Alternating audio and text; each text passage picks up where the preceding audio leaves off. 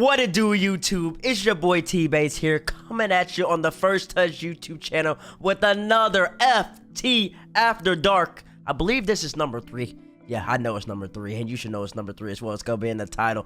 Join me today. It's the whole entire FT crew. We got rolled this up at late at night. It's currently 12:47 on Eastern Standard Time. It's 11:47 for these two old men with me. We got the whole squad here because we got some big news we got to talk about happening in the RLCS. Boys, how y'all doing before we get into it? I'm good, man. 11, like you said, 11:47 p.m. Pretty much around the same time we did the last one, so I'm starting to get used to this. It's not healthy for my sleep schedule, but besides that, I'm doing good. We got roll up too, roll. That's what I'm saying. Just stay up late. That's what I'm saying. I was about to say, honestly, yeah, I was gonna say, honestly, I'm surprised I'm still awake. To be honest, I gotta be up at 6 in the morning to get Rishi out for a dog walk, but you know, we'll make it do. We'll make it. I make a little coffee in the morning. It's nothing crazy.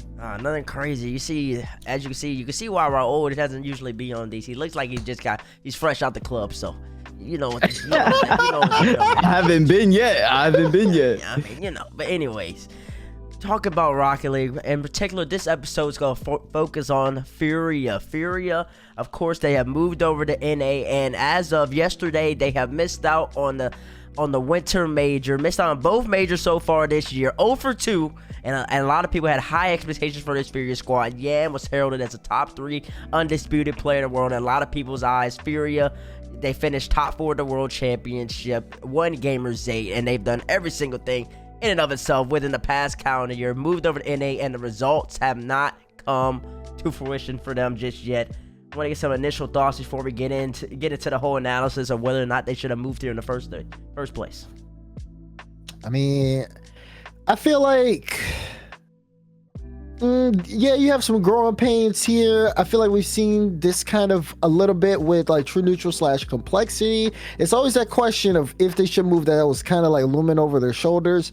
And also with this change with taking out Kyle, sending him back to Sam, he's on Ninja's Pajamas, by the way, and bringing up Lost, who a lot of people were also starting to rate highly in that conversation. From the club. With that move, Right. With that move, you expected results. And this is not only like, it wasn't like they missed out like very closely.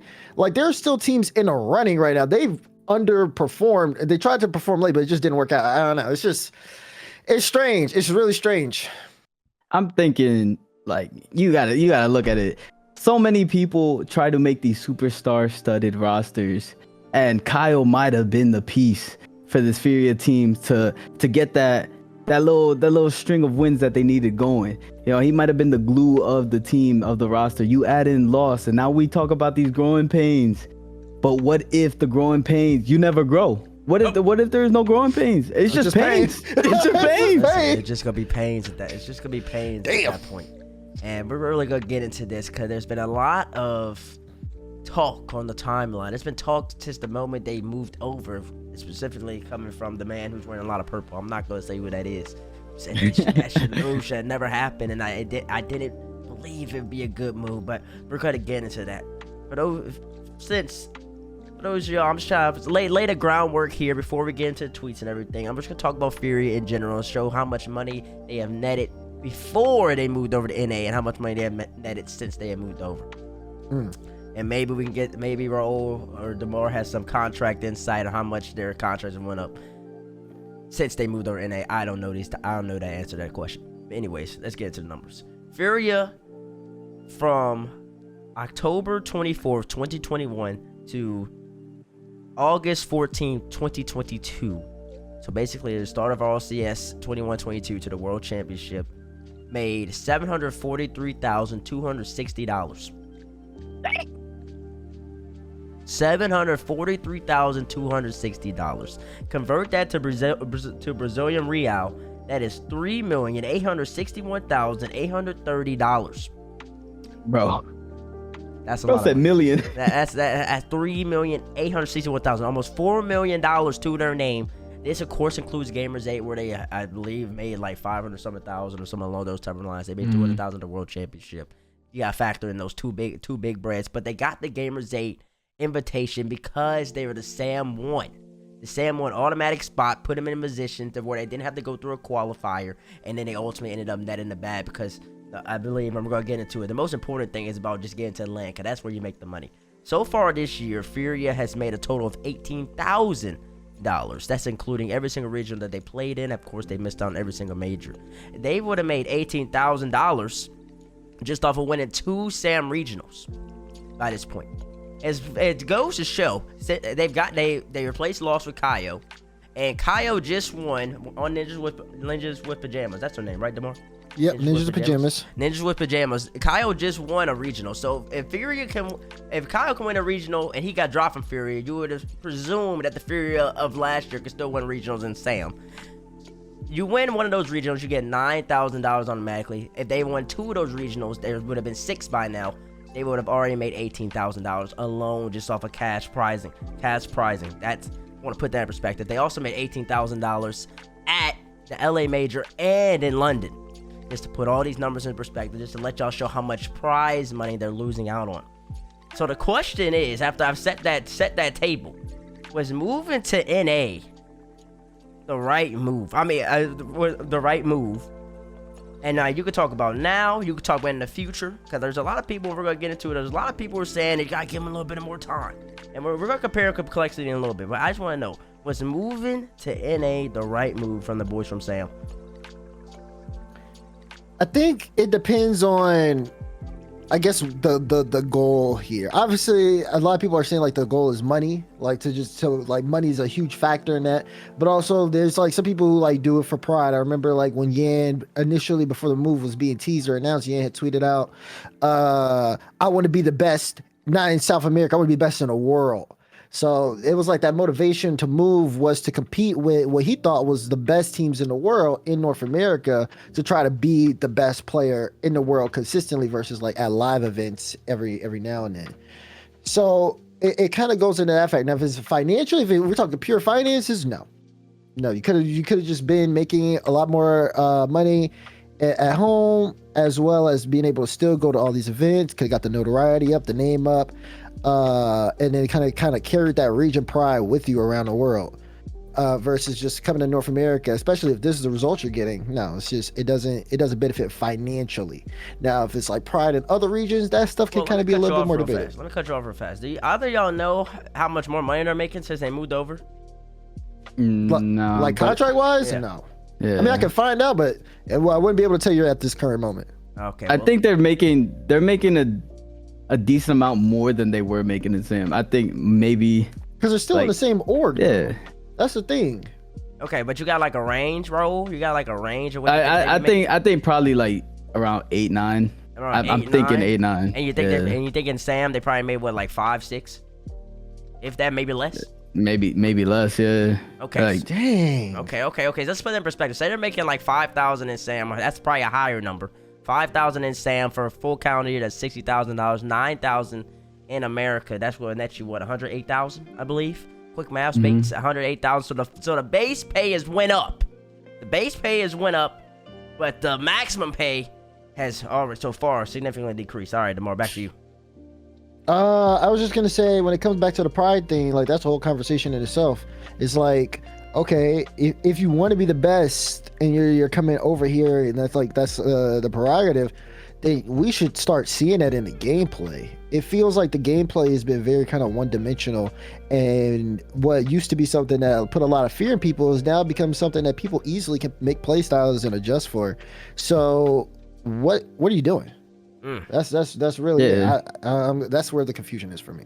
If it's a pride thing, I think you would stay in South America. There's no reason to come to North America to try to prove for your pride. Like you are in South America winning everything that should do your pride enough. You come to international lands representing your country and putting your country pretty much on the map. Like there's so many teams from that region that go into international lands, and then we're like, okay, we have to start looking at South America way differently now because these teams can actually play. Then they come to NA and you start to lose respect for them again because they cannot be consistent. Furia right now, like the placing that they just got today, it's honestly, it's terrible. There's no other way to put it. It's just terrible, and teams start to lose disrespect for them. Yeah, they've probably lost a lot of respect, a lot of mystique, a lot of just fear that they just had instilled in people, and that's got a community going, because you got people like Jayski from First Touch. Everybody knows Jay, Mr. Big Money himself outside of the Bezos. That's probably the second richest man in the RLCS. He's tweeting out that they should have never moved to NA. He's talking about Furia as they dropped. Today, Furia played in a Winter Invitational in Group C. They ended up beating G2 3-1. It was G2, Space Station, Ghost, and Furia on the group. But then Furia ultimately ended up losing to Space Station and Ghost. And ended up missing it. That's what prompted Jayski's tweet right there. And then after that, it was just pure chaos. You had Jorby tweeting. You had Johnnyboi tweeting. You had a whole bunch of people tweeting.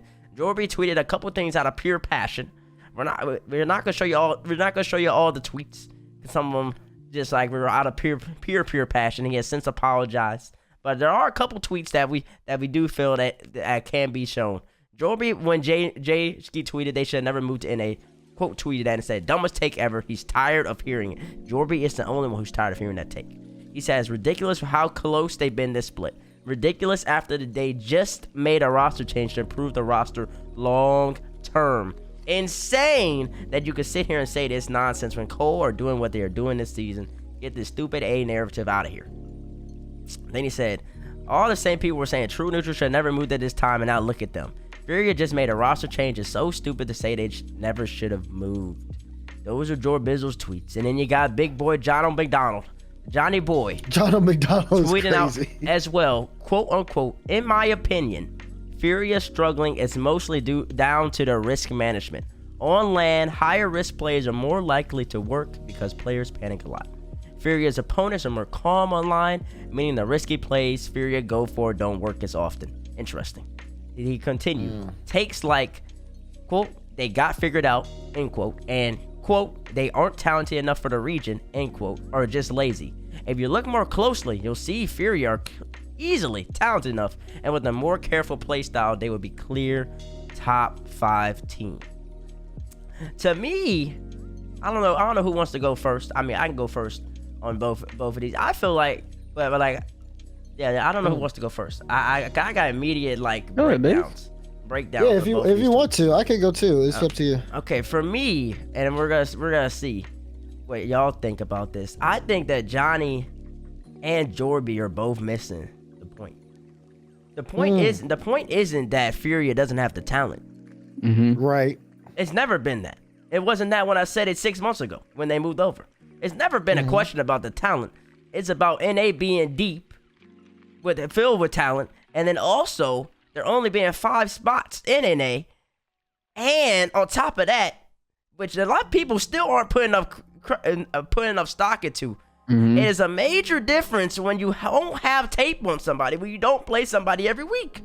It is that is a significant advantage that has been taken away when you move regions. It is simple. It's undeniable. When you only play, and Raul, tomorrow y'all can attest on this. Raul especially. I mean, you play at LAN and you're still coaching.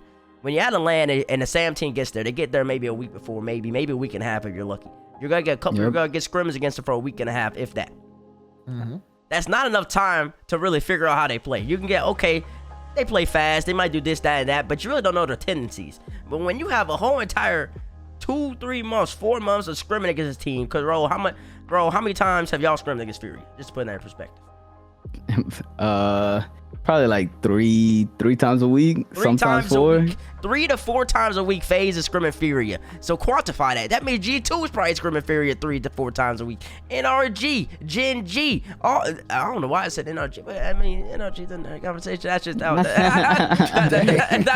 Like if you didn't bring him up, I was about to bring him up. So no, I mean that was just my. I'm just so used to saying NRG immediately when I'm talking about it. and that's a whole bunch of extra tape, additional film. And when Johnny says that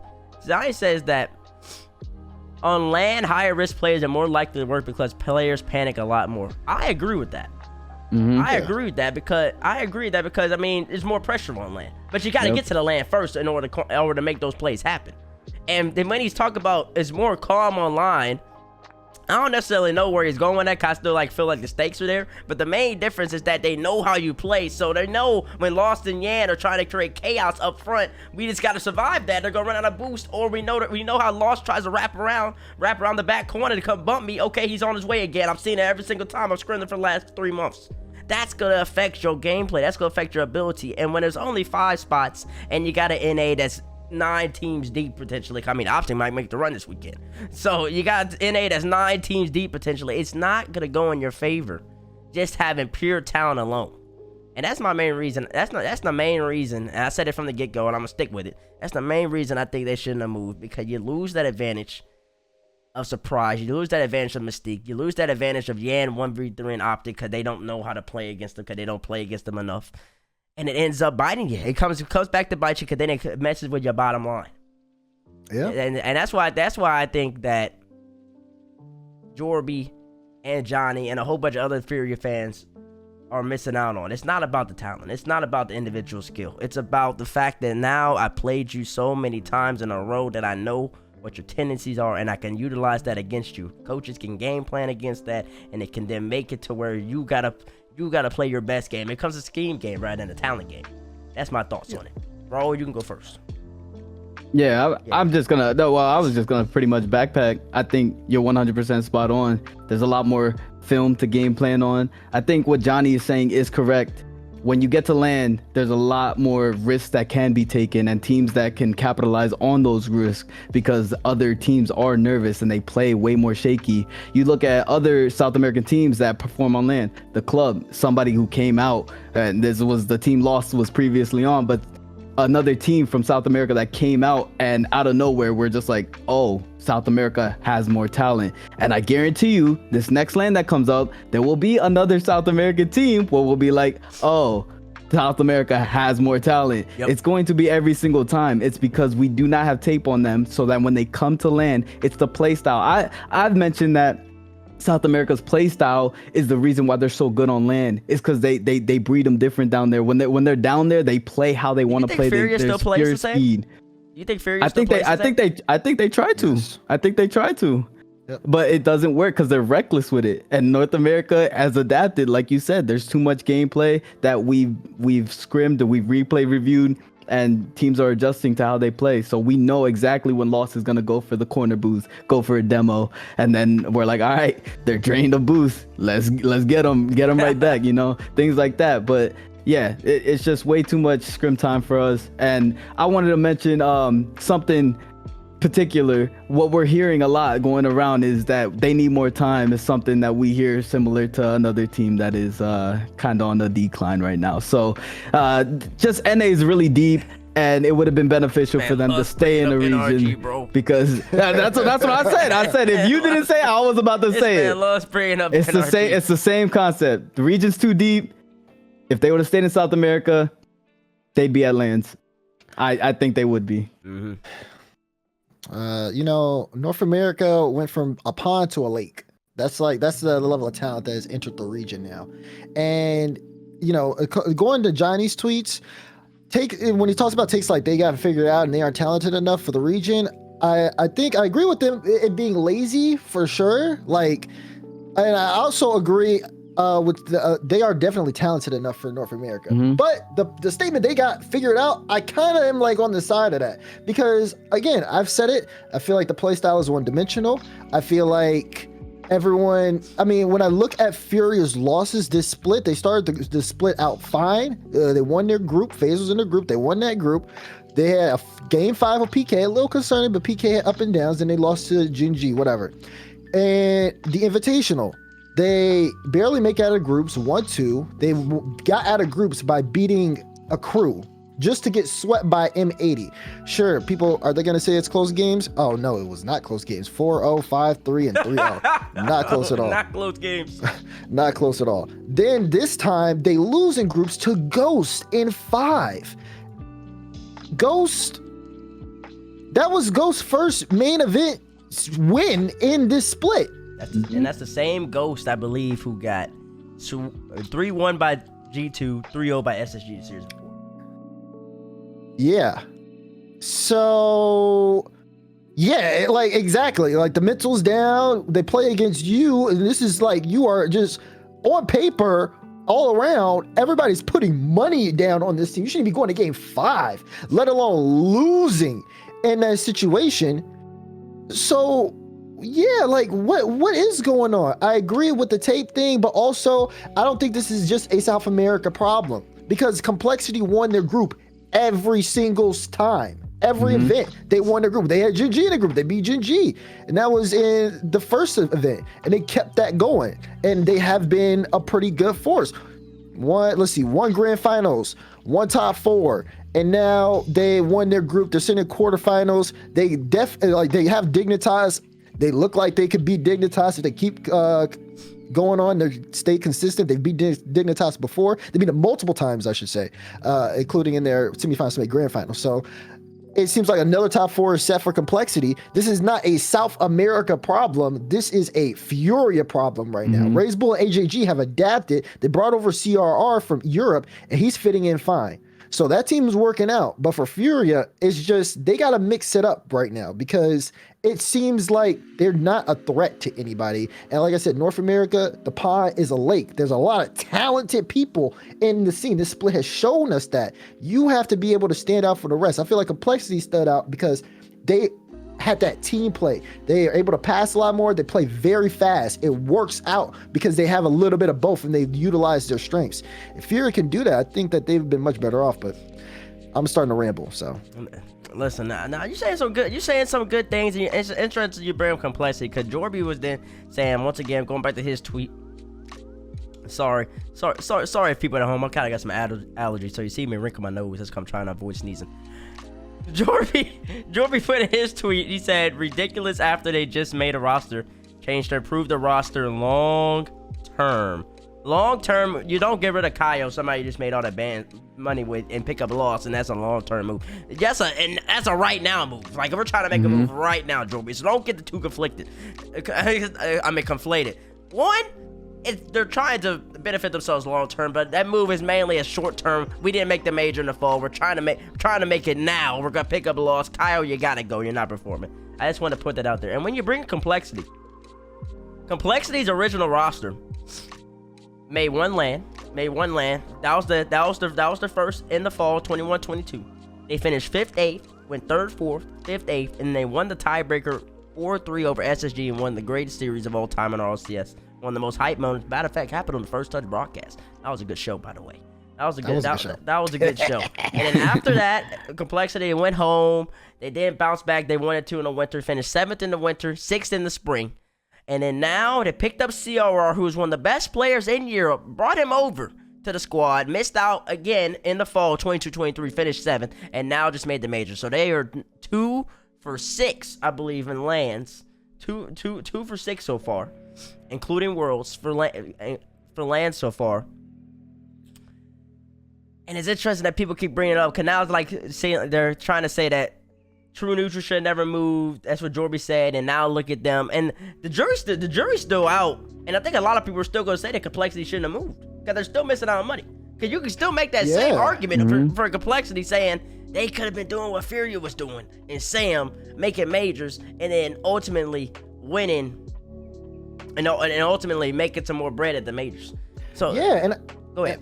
Real quick, I was just gonna say, and like people forgot about Complexity. Like, if I'm just keeping it a stack, people forgot straight up about Complexity. It was like, okay, Complexity's here, woo, whatever. We not really caring about them. Can NRG make it again, or some stupid shit? So for me, it's like, now that they're finally winning and they're doing good, even then, people still aren't like super high on Complexity yet. People are gonna start paying attention to them now. But let's be honest. They've had a great split. Give them their credit, but don't act like this was how it was or how it's been. This is finally them figuring it out after a very long time of them not figuring it out. Right. And who's to say? Hold on. And who's to say we're missing 2 big prodigies or young guns, superstar talents? One is still fighting for the spot, but Daniel and Beast Mode are not.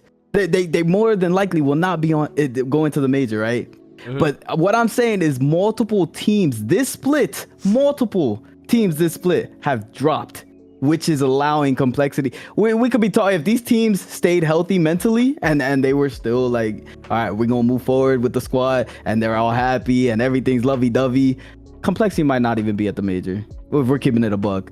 But since these other teams have been dropping, Optic they're still in the running if they make this crazy run this weekend. SSG no longer in contention. V1. Yeah, even Dig now popping up, and Dig is a new team, and Andy's showing some crazy things this week. I'm not gonna lie, but Dig a new team popping up.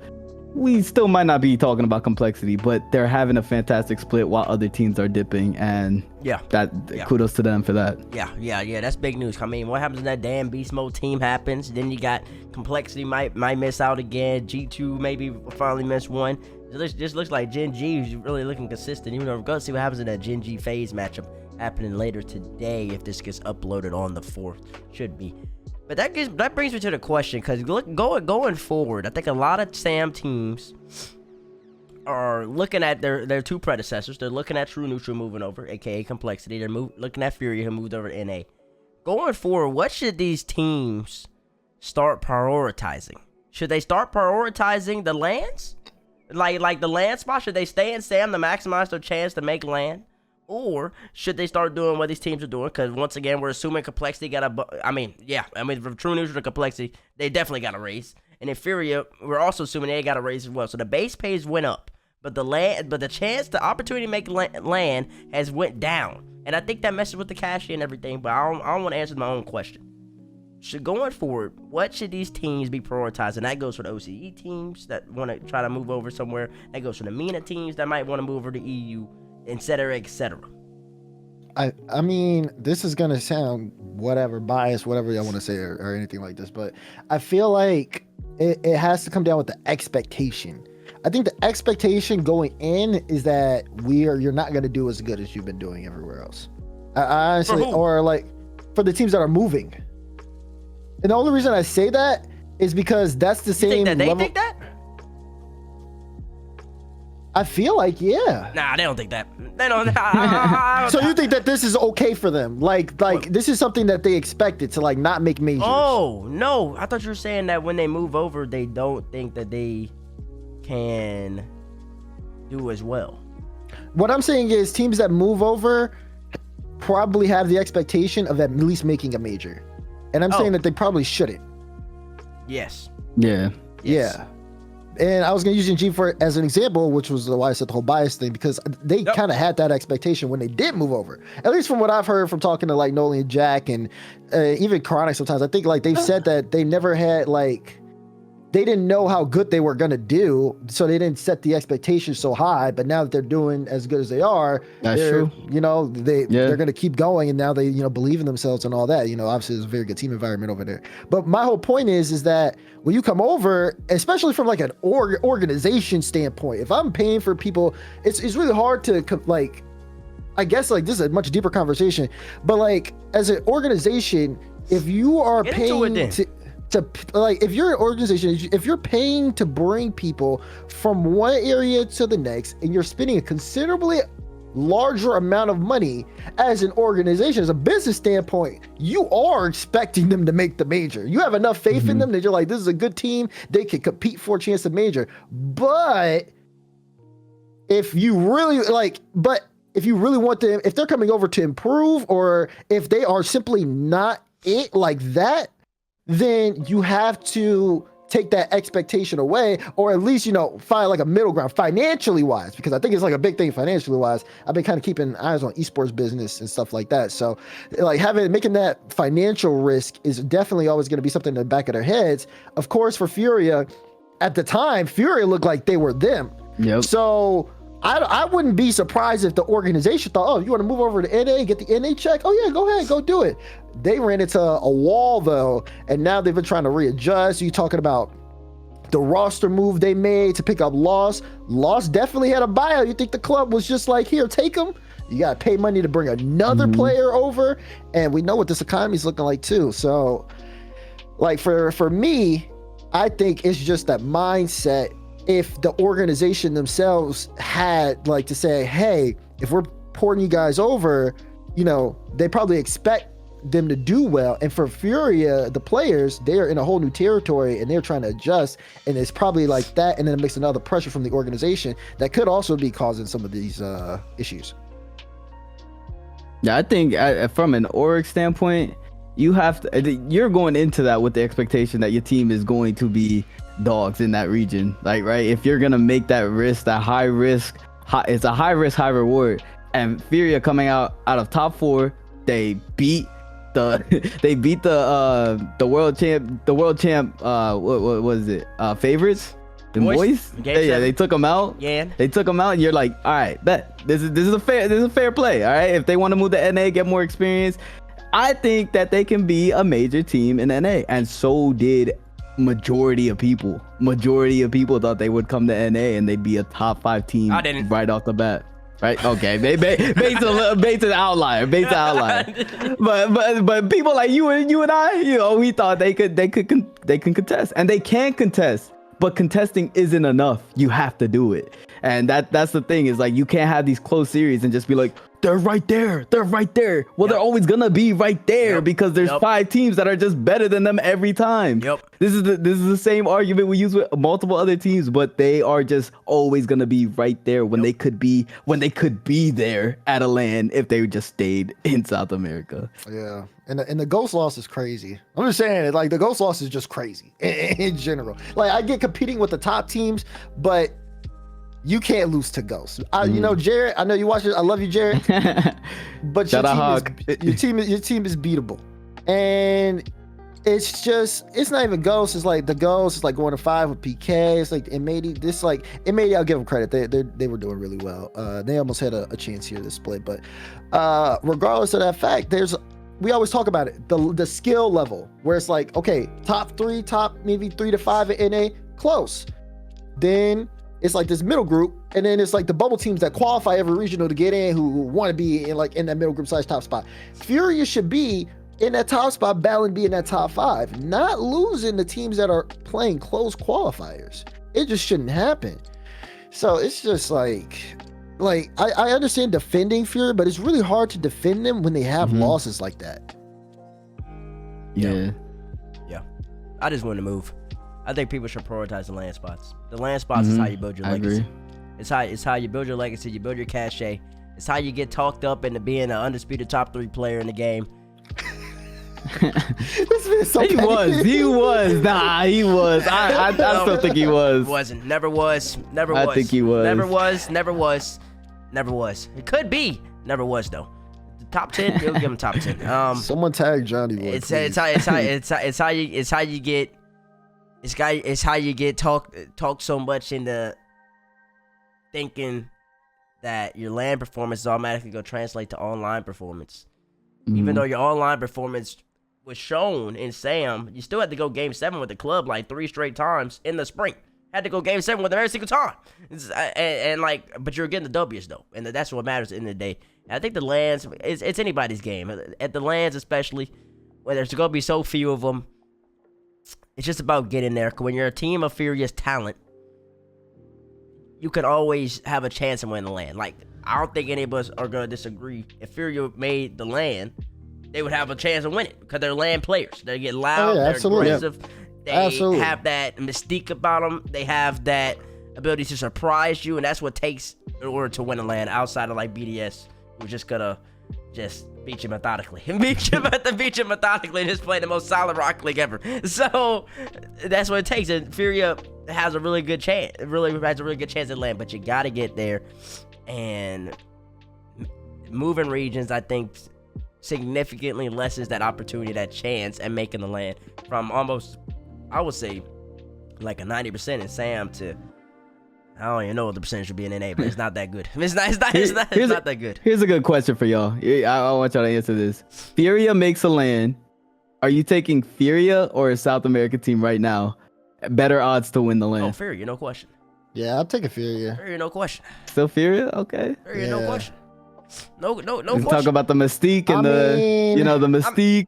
I feel like Secret put Secret be in the back of my mind, but like, he played a lot of defense in Rotterdam though. I'd probably say Furia. I mean, that Furia is showing that they perform on LAN.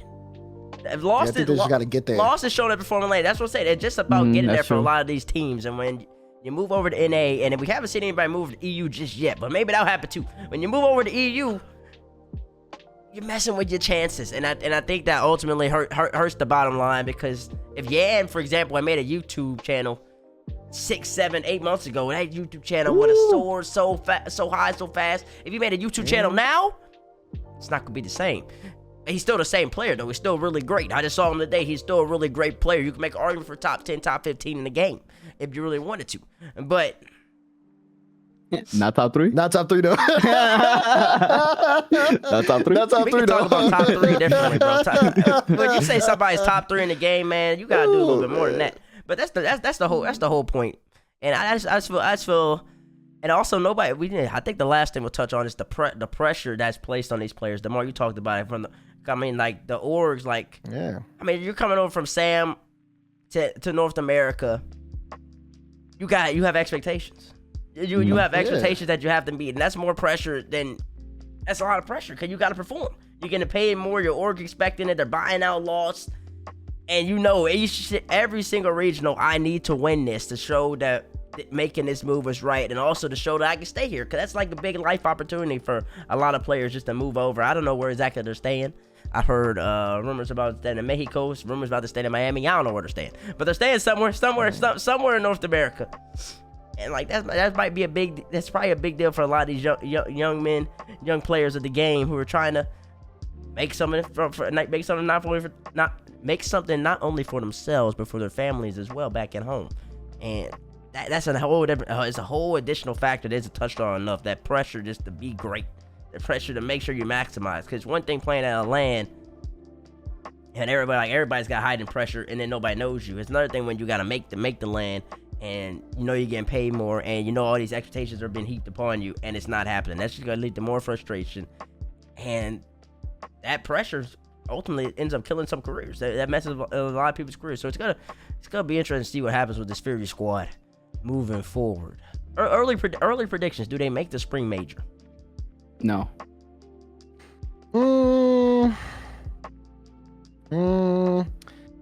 Man, I feel like they'll have a better spring than this split.